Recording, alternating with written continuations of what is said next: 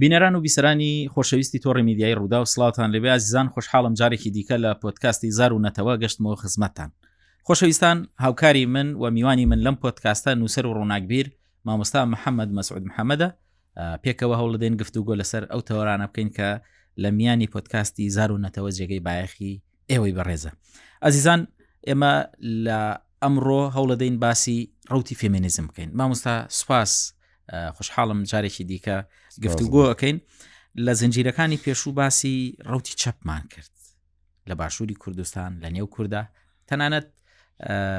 ئەو هەلو مەرجە بابەتیانە چی بوون، ئاستەنگەکان چی بوون و هۆکارەکان چی بوون. ئەمڕۆ پێم خۆشە باسی فێمینیزم بکەین. فێمینیزم وەکو مەفهوم و وەکو خۆی فێمینیزم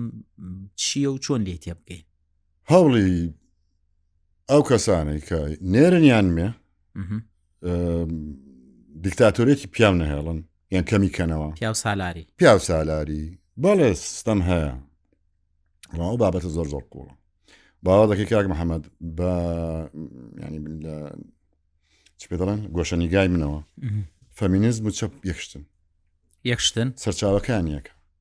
دەوڵەتە حکومات وەکو باب و داکە لە ماڵ باشە وای تەشبیه بکە تقریبا بابەکی ئاسایی ژنەکەی ئاسایی ئەو دەسەڵاتدارەوە نیە لە ماڵێ پارە ئەو پەیدای دەکا بڕیار ئەو دەیدات بە حیساب خوا دەزانێت چ بکە دەبینی دەبنەوە هەر ژنەکە هەوە. باش لە کۆمەلگای ئاسایی کۆن تەڵعان باب هەموو شتێکە بووک دێ دای دەپەڵۆسن و دەکەنە عەبدی کوڕەکەیان ئەوە لەوەتی مێژوو هەیە. لە مێژووی بەشەریشدا هەمان هەوڵ بووە کە بەسەن زوڵمی لێک لایەن کەم بکرێتەوە لەسەر لایەنی ژێردەستا وەنیە. باش لە سیاسەتدا بە شوێ کۆمەلگای سەر لەبەر سەرتا لە پێشەمون فەڕەنسا بۆ شێوە هەڵیدایەوە کە ڕەوتی چە پەیدا بوو و دنیا هەموو لاسای کردەوە بە کوێرانە. باش وازەوە دێنین دەگەینە با بڵێن وڵاتێکی وەکو ئەمریکا ئەو ڕەوتە باشە نە پاشات ماوە نە هیچت ماوە دیمۆکراسیە، بەڵام دەڵێت مەراقەکە هەر هەیە چۆن پیاو نەهێڵم زانیوە دەگەڕێتەوە بچی فەمینیزم کاکە سروشت جۆرە زوڵمەکی کردووە بەرامبەر ئافرەت. ئەو منداڵی دەبێ خەتای من نییە، خەتای من نییە. نۆ ماگ لە منداڵە نازجی هەڵدەگرێ دوایە بە خێوی دەکا. ئەوە ئیشی سروشتە ئیشی من نییە. باشە ئەکید ینی سەردەمی ژیانی هەموو پیاوێک و هەموو نێرێک و هەموو مێک بپێوە ئەو کاتێک کە پیاو تێدا ئازادە زیاترە لەو کاتانەی کە ئافرەت تێدا ئازادە. بۆ هۆیانەوە خەتای چێەوە نازانم یەقەی سروشت بگرن ئەوە دەبێتە گرێ. بەڵای من دەگڕێتەوە بۆ لەو کاتێک کە مێشک پژاوە. بۆچی ئەمن بەرگی ئەمەشتە بگرم ئەو پیاوەش بە کەیف خۆی هەڵپەڕێ چێتە ڕاو چێ نازانم چی مێبازی بکە لە دەرەوە ئەمن زەمم بچە بۆ وەکوی نەبم. ئەو مەراقە هەر هەبوو جوابیشی نییە، قسەی ڕاستی جواب نییە. نەبە من دەدرێتەوە نە بە خۆی دەدرێتەوە. سروشت وای دروست کردوین. واتە بنەماکە لەوەوە نییە کە بۆ نمونە ئەم ڕەوتە کە سەری هەڵدابێ لە سەرەتاش کاری لەسەر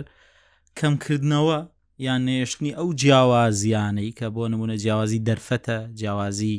مافە لە بینی نێرومیا هەبووە.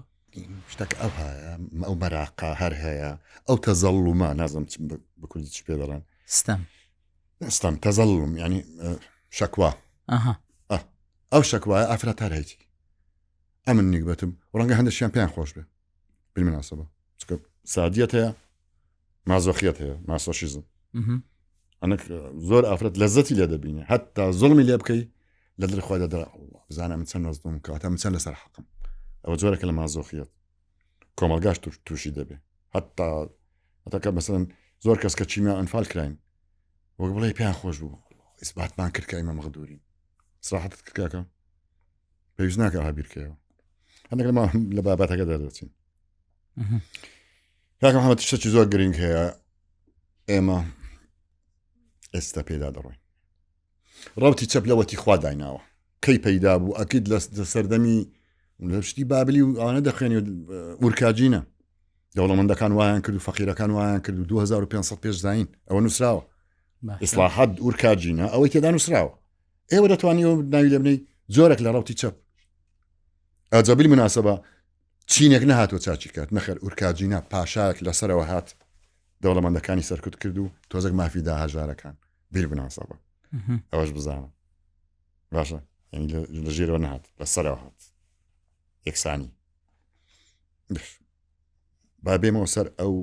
دووڕیانە مێژووی کە ئێستا ئێمە تێدا دەژین ڕەوتی چەپ هات چ قۆناغێک دەڵێ چ قۆناغێک دەڵێ گەیشتە ئەو ڕۆژەی لەگەڵ فەمینیزم لێکی دایەوە ئەو مەراقە دەفینەکرد لە ناو دڵی فەقیر ئافرەت دا هەیە فەقیر و ئافرەت فەقیر وەک بڵێ محکومی کۆمەلگایە ئافرەت محکومی ناو خێزانە بەیەک شتیان بچوێنە ناوام سەتا سەتیەکن بەڵام پێک چوونەیە حاکم و محکوم لەو چەند ساڵی ئاخیر گەیشتە لووتکە و کەشف بوو کە چی دەوێ دەزانی بەچی جەماعەتی هۆمۆ و ترانسجەندەر گەیشتە ئەو حەدەی کە ئێستا کابرایەک مامۆستایە 100 ڤیدیۆمان دیت مامۆستایەکە دێتە پۆلەکە دەڵێ شی لێ قید دەبنەوە خەریکە عەدامیکەن نابێ بخڵان بەو کچە بڵێ شی بۆ وەڵاو باوەڕی وایە ئەو پیاوە ئەجە نەکەر بڵێ کاکە عەفو و شتەکە حال بێت نا خەڵک محکەمە کراوە ئەمە لەشێ لە ئەمریکا خەبەرم پێگەیشتەوە قانون دەرچووە کەنەدا ئەو سەرک وەزیری کەنەدام زۆر خۆش دەویست بەست کە ئەوم لێ یەکسەر لە بەرچاوم ڕۆژوە ئێستا زانیاری من نییە گەر حەز دەکەی لە حەڵقەی داهاتوو ئەم بۆت حازر دەکەم بەڵام ئێستا گەیشتە ئەوەی کە بچنە ناو چاوی خەڵک تەرویجێکی زۆر ئەمن دەبێ پێم بڵێ ڤی بۆ باشم عەمی غەیبم هەیە تو زەوقت وایە بزانە ڕاوتە چەپەکان فامینیستەکان ئەوڕۆ کەشف بوون هەر ئەوەندنیە داوای مافی خۆی دەکەن نەخێر داوای تعویزش دەکا دەوێ چۆن ئەو سروش ستەمی لێ کرد هەمان ستەم بخاتەوە سەر تو یکاکە من چم لێ کردووی ئەوە هەڵ نەبژارد ئەمن بەخوام نەگوت ئەو های دروستکە بە ئەو منداڵی بێ ئەمنیش بچمە دەرێ لەگەڵ برادەکانم بخڵێمەوە وەیان نا بتەوێنێتە دەربارەی کۆمەلگا فەقیر و دەوڵەمەندار هەیە لە ناو جەرگەی سۆڤیەت و لە ناو جەرگەی کۆریا شیمالی فەقیر و دەوڵەمەند دەسەڵات دار و بێدەسەڵات هەر هەیە دەتەوێت لەغوکەی لە وجود بەتەمامە یەکسانی دووبارە دەڵێمەوە یەکسانی دەرفەتە ئەوەی کە سروش پێداوی لەوە زیاتر بەتەمامە بە و ناوێ بۆ کەس بۆی نییە لەوە زیاتر تێپڕ نە بڵێدەی ئەتو یەک فلس ئەم یەک فلس نیشتی جا بۆچوونێک هەیەڵێ ئەو نایەکسانیەی یان ئەو بە دەرەجە 2-3 تەماشاکردنی ئافرەت ئەمە ڕێگێکی مێژووی قوڵتری هەیە بەوەی کە لە یۆنانی کۆن بە تایبەتی فەلسەفەی کلاسیک زۆر باوەڕی بەوە هەبووە کە ئافرەتان پلەدون ینی لەوە قوڵترە کە کێشەی غەرب ئێستا لەو نقطەیە کە جەنابەت باست کرد وێڕای نقطەیەکی دیکەش ئێستا پێدا بڕۆ بەدەیان ڤیدیۆ تەماشاکە لە یوتیوب کە باسی سیستەمی کلاسیکی یۆنان دەکەن مەسەڵەن کە هێرشی فارس هاتوو بەزانیان نازان چ بڵێن باشە بەو جۆرە دیموکراسی ئەوروپایی ئەڤینا دیموکراسی ئەوروپایی پاراست باشە the western democracy they saved the western democracy western نەبوو ئەوروپا نەبوو خەڵق نەبوو ئەو دەمایە باشە پاشان ئەو دیموکراسی کە زۆر شانازی پێوە دەکەن ئەو نەفامانە ئەو ئەوروپای گەورە ئەمن پێدەڵم نەفام لە سۆسیۆلۆژی لە سیاست بزانی بۆ مواتەنەت لە ئەسینە بەس بۆ پیاوان بوو خەڵکی ناو شار کۆی ئەسڵەکە سلەیمانی ئەسڵەکە هەولێری ئەسڵەکە بەس بۆوی بوو خەڵکی دەشت یۆنان لە ئاژەڵ کەمتر دەزاندرا دەزانن نایزانەوە ئەوروپایش نایزان ئافرەت سەفر هیچ مافێکی هیچ جام ڕەگە لەوە سەرچاوی گرتوان یام ڕێگی تەخلفە ئێستا ئێستاش ئەقسان دەکەن کاکرد ئەگەر یەکسانی مواتەنەت دەوێت ڕۆم دروستی کرد باڵێ ئێستا کوڕی توزانم واشنگتن بچێتە نیویۆرک کابرای نیویۆرکی پێی بڵێ وڵات و خەڵکی ئێرانی بۆ نییە لێرە بژەی دیموکراسی ئەفینی ئەوا بوو تێدەگەی نایزانم متەخەلیفانە ڕۆمی وانە بوو کوڕی نازانم کوێ بای بە ڕۆمانی بە لاتینی ڕۆمانی قسەت کرد بە ئەتوماتن یەکسان ئەکبەر کەس بۆی نەبوو ئەها دەستری بۆ درێژکە ئەوەیە سیستەم و سیستەمی وان پێیان دەگوت پوبلیکا پۆتەنتیا یان پۆتەنسیا ئیرادەتو الشعب بەڕاستیدا ئەوەیە دیموکراسی غەربی دروست کرد ئێستاش ئەقسانم بۆ دەکەن ڕۆم ئەو دیموکراسی بابی ئەوروپا باب و داچی ئەوروپا ئەو هەلو مەرجانە کە بڵای کردووە ڕوتی فێمینیزم بە تایبەتی لە ڕۆژاوا سەر هەڵبدا و وەک باسی کرد لە فەرەنساوە ینی سەرەتاکرد ئەو هەلو مەرجانە چی بوون ئایا هەر ئەو نایەکسانیە بۆ یا هەلو مەرجی دیکە هەبوون هەلومەرج زۆرە و شتەکە هەر لە کرۆمۆسۆمی بەشەردا ئینسان بەرەو ناسچی دەڕوا وردە با بڵین بڕۆ گوندەکی بن قەندیل ژن لەوێ خەریکە بڵم حسابی وڵاغەکی بۆ دەکەن لەگەڵ ڕێز هەیە ئەو شتە ئەم ناڵم فەرزی بکەم نە واقع دیتومە باشە یعنی چۆن مەسەن بڵاغێک دەفرۆشێ کچەکەشی ئەوە هەدەی هەستە بڕۆ دامیە فڵان کەس سواری کەرێکی دەکات بدەی بۆی بەڕێ دەکات باشی ئەندی تومە بە چاوی خۆ باش دەمان گوت چی باسی ئەو هەلو مەرجانەمان کرد کە فێمینیزم لە ئەوروپا ینی باش ژیانی پڕ لە مەسەن عەزەڵات تێدا زاڵە کابرا عەزەڵاتی زۆرترە ئێژی زیاتر دەکات بەرهەمی زۆرترە ساحب دەسەڵات دەبێت کەواوەتر دەی وردە دەگەی شار زمانی نەرم زیرەکایەتی شەیتانی دەخوا وەنیە نازنووزی ئافرەتان واللهی ئەسا لەو هەولێرە من ئافرەتێک بێنە تۆزێک جوان بێ هەمان توانای منی هەبێ والله باللهی ئەمن بەش مرم ناتوانم بگەمە ئەو مەسەبی کە دەدرێتەوە وەیان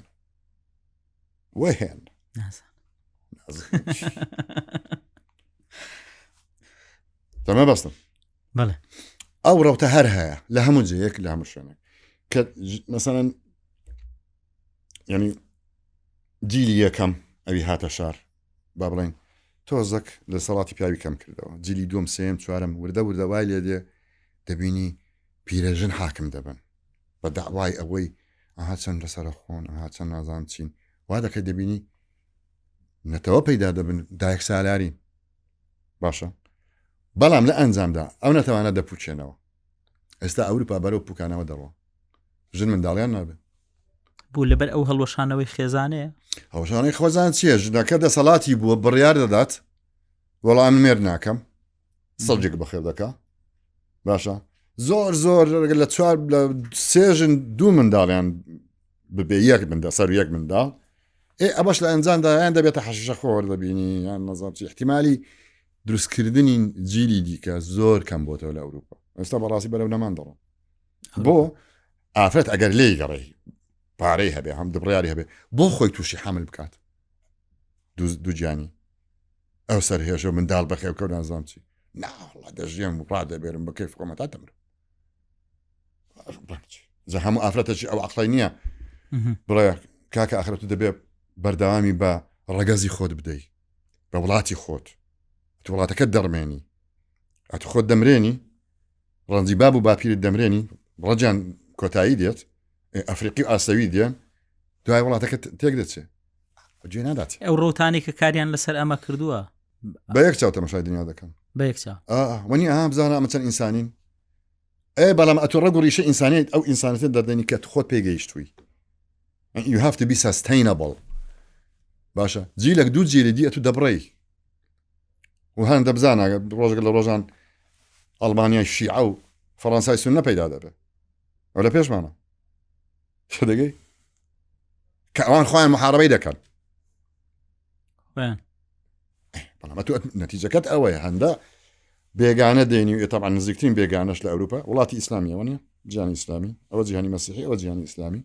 ئیسلام دێ ئێستا مەغریبی و میسری و عراقی ئەو دەڕژێن ئەو وڵاتانە و منداڵ دروست دەکەن ئەوانیش ئەو بەرەوە نەمان دەڕۆن هەر نەبزانە بڕانەوە قسەکە خۆیان بەدەستی خۆیان نەتوێنەوە طبعا ئافرەتەکە تێناگە و نایەوێت تێ بگە هەر بحسابی ئەوەی دەکا ئەم مافم چەندە نازان چۆن فلان کەس ئەوەندە مندی شەریکە پیاون وڵا ئافرەتەکان کەمترن هەر خەریکی ئەقسانە. ئەم ڕوتە لە نێو کووردا چۆن بڵاو بووەوە ینی چۆن کاری لەسەر کراوە بۆ بڵاو بوونەوە یان ئەم چەمکە وەکو چەمکیش لە لای زۆر کەس باوەڕ بکە بە هەموو عقلی وە دەزانێت هەتا هۆمۆ هەبێ ئەو بەڵگەیەکە ئێمە ئەوروپایی بۆکو فیمینیزمەکەمە بەستم یەکە بەس ئەمە زۆر نوێیە ینی ئەمریکا گەیسە کاری لەسەرەکێت ئەمن لە ناوەندی هەشتایەکانەوە بۆنم کردووە شخصی لە هەشتاکانەوە ناوەندی هەشتاکان بەرەو سەر لە ناوەندەکان کۆتایی هەشتاکان بەکوت کۆتایی هەشتاکان ئۆکی بۆنی 84 ئەمە چۆن مەحەد شتیوام دیت لە مەحەلی تەکنۆلۆژیا و لە کچی سلەیمانی زۆر بوو پیاو چی دیتمە شاید حاڵم ئەکید کۆنتریشە باشە و نەکتەر کچی سلەیمانی وڵا ئەو لێریشم دیت پیاو چیە و قسانە و دەبێ هەموو شتان نەمێنن ئەم بەڵوامان لێ دەکەن و ئەقسانە باشە دەگەینە نەوەتەکان شتی سەیر لە هەڵدە کوڵێن لە دوای ڕاپەڕین ئازان لە بیرمە جارێکی بەنابەختیار کۆنفرانسێکی کردنەوە تو 4 بوو تو 5 بوو دامیز پێشانەکە دیموکراسی و ئەوانە کچەک تێبەر بوو هەرا پێ گوتە تو حیوانی بەنابەختیار پێ پێکەنی گوتی خاتە مەشامکەن من حیوانم یان ئینسانم خەڵک کەش پێکەنی 4 نەفەر من حیزبێکیان دانا بوو ناوم لە بیر نییە ناوەکە بەس والله دەدو من دار بازاری ینی ئەوە ناوەنی نەتەوەکان بەزاقی هاتە مەیدان لەنەوە دەکەن فەمینیزم و چەپ پێکە وایان دەزانی ئەگەر دەستیان ببێتەوە دنیا دەبێتە شامی شەریف بەڵام ڕۆژ بە ڕۆژ بە درۆ هاتنەوە و بابیان مرد وڵاتە چەپەکان یەک لە دوایەکی نیاڕیان کردو یان بۆ نیاڕیان کردیان بوونە سیستەمی جمهوری وەڕاستی تێدەگەی و تەبەقەتی نوێ لە دەوڵەمەند و دەسەڵاتدار پەیدا بوو هەموو شتەکان عکس بوونەوە هەر ئەوەندەی وەکو حەکایەتی کارکردنەکەی لەسەر ئەم چەمکە لە ناو کووردا هەر لەگەڵ هاتنی ڕەوتە چەپەکە ئیتر لەوە دەسی پێ ئەو بە تەبیعی نەکرد لە ناو کورد هەر خۆی ئەو مەراقەیە تێدەگەی یەکە نەتوانم بڵێم ناوی لێ بنێم هۆیەکەی دەگەڕێتەوە زۆر لەسەر سربەخۆی ئابووری ئافرەتەکە مارکس ینی سربەخۆی ئابووری تاک بناغی ئەو فکرەیەکە ئەوانشکاری یەکە هەر یەکە کە چۆن مەسەڵەن کەس منەت لە کەس هەڵ ناگرێ بۆ ئەوەی نازام چێ لا بین لە حکم بەوەندەش نیە دوای هەورتە ئیبادەشیان دەکەن بەوەندە ڕا ناوەستن بە هەر حاڵام شتێک لە من وەرگرا ئامن دیتومە خوێندومەوە لە چاوی خەڵک بە هەموو عەقڵیان شانازیان بەوە کردووە کە هۆمۆ هەیە لە شارەکەمان ژمارەی هۆمۆیەکان خۆتیان دەگەی کەواتە ئێمە ئەوروپاین کوڕەکوا تیارەت کوا ئیش کوا ئەو زەریبەی دەیدەی ئەتو هیچ ناکەی بەس لاخ لەسەر لاغڵانی وەڵام مادەم هۆمۆم هەیە کەواتە من ئەوروپاین لەسەر یەکسانی بێکەسی شاعرەڵێن نێر و مێ هەردوو بەجوتە بۆ وەتەن هەوڵێ نەدەن دوورە دەرچوون لە دیلی مەل بە باڵێ نافڕێ ئەم تێڕوانینە تێڕوانینێکی یەکسان خوازیان فێمینیزم تا ئێرە لەگەڵ هەر نەگواوەتیش لەگەڵ شێکی پیرۆزەوە بەڕاستی ئەو سەردەمی چلەکان و سیەکان یعنی ها شتەکە تازە شتێکی پاکەڕێک و پێەکە و بالفعل هەندایانەویست ئافرەت لەو چیفە دەربێنن ئێستاش لەگەڵدا بەڵام بەداخەوە یعنی ئیجاز کرا ئەو ڕەوتە ئێستا خەڵک گەنجی کورد زۆربەی گەنجی کورد وای لێ هات شەب بەو هەمووشتانە دەکات دەڵێت ئەوە هەر لە بۆ خۆیانە و بابگەڕینەوە سەر دین و سەر تەخەلوفی قەدیم زۆر بەداخ ینی زەربەیان لێ ئەرێ وەڵڵ هەر باسی کاکە ئێستا من کۆمەڵ عەشیرەتی ئەوە خزمی عەشایرم هەیە باشە بێن باسی شارستانەتیان بۆ بکەم چەند گرینگە ئێمە ببینە شارستانی دەزانی شتێک لە دەروریان هەیە یانەوەتا لە ڕوم نادەن یانەتە جوابیان پێ کاکە دەتێ وەکو ئەوروپامان لێبێ خانوەکەش بۆ وی بێت و ئەمش لە ماڵە دەرکرێم ئەوە دەوێ نامانەوێ بەڕاستیمە ینی ئستاز زمانم بەستراوەتەوە حەقیشیانە بەڵام نیەشت دەڕم کاکەوە کۆمەلگایەکە بەرەو پیری و بووکانەوە دەڕوە بەڵامە تو میلەتی شارستانی هەیە کە لە وەسەتن تەرازوەکەیان ڕاگرتووە نمونەمان هەیە لەو فارس و تورک بەڵێ و نامرن ئەوروپاها خۆی کرد کەفی خۆەتی بەڵام میلەت هەیە ئێستاش دەزانین عینی چی نیشتیمان ئافرەت هەیە دەزانی عین چی نەتەوە و نیشتیمان باشە بەڵێ بۆیە پیاو زمانی دەبەسترێتەوە جارم بیانگەم زۆر بوو ئەها ئەوروپا چەند پێشکەوتووە ئێمە هەندە دواکەوتوین ئێستا لەوە دەرچووە بڵێ ئەوروپا پێشکەوتووە دەڵێن نامانێ ئەو پێشکەوتون خۆشم نامێ ئەستا ئەمریکام لەسەر تاپۆکەی ڕەنگ نەچوو بۆ زوێنێک کچەکە منەوەکەم بە کەفی خۆیانە ئەو شەخشەخانەیە بکەن وەڵام مافی مرۆڤ گۆڕە بە زیادم نەکردە بڵێ متەخەلیفی شت هەیە لە تەبیعەتی بەشەر کە تێدا پەڕەیە زەمیر ئەساسە 100 قانونم لە بۆ دانێ من تراک پێ ناکەم طبیعەتی ئەحسایی بەشەر ئەو حکم دەکات سروشتەکە و هەر ئەو دەبێنێ ئەوانەی بەو ڕێگایەدا دەڕۆن دەپوچێنەوە ئەو کچانی بەو ڕێگایەدا دەڕۆن تێدەپەڕێن یان منداڵیان نابێ یان کە منداڵیان بوو منداڵی سەقەت دەردەچن نەمێر دەکەن نەژن دێنن و ئاخری بەرەوەی قراز دەڕۆن تێڕوانینێکی شەیە لەسەرەوە مامۆستا ئەڵێ هەوڵێکە بۆ ئەوەی ئەو گەشەی مرۆڤ ڕابگیر شتی وایە نازم خوتەیەکە دانراوە بەڵام من هەز ناکەم خوتە مەراقێکە لە دەرونی هەموو ئینسانێکدا هەموو ئینسانێکی کە مەحکوم بوو بێ زۆرە شتێک دەگرێ لە دوو بەش یەکەم تۆڵی خۆی بکاتەوە دووەم لەگەڵ ئازارە بگونجێ وردە وردە زۆر خەتەرە لەگەڵ ئازارەکەت عاشقی ئازارەکەت بی عاشقی ئازارەکەت بی زەلالەتی خۆت و بەدبەختی چەند خۆشە نمونەیەکت بۆ دێنمەوە ئەمین لە بیرم کۆیە 78 پێش 78 تەقە و پێشمەرگە و ئەشتانە پەیدا بوو شەفیق زار ساڵی 78 کوژرا